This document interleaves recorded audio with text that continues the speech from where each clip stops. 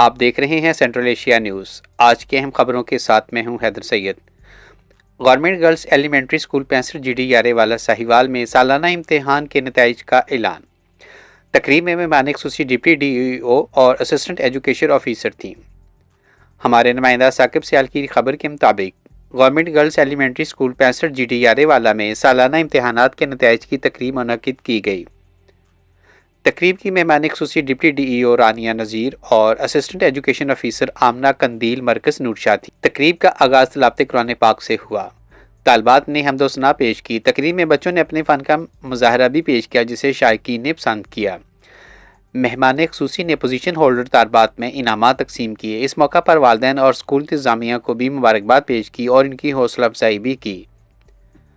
اس موقع پر دونوں مہمانوں نے بچیوں کے نئے داخلے کی مہم کا آغاز کرتے ہوئے کہا کہ ہماری بچیوں کے لیے اسکول کے دروازے ہمیشہ کھلے ہیں۔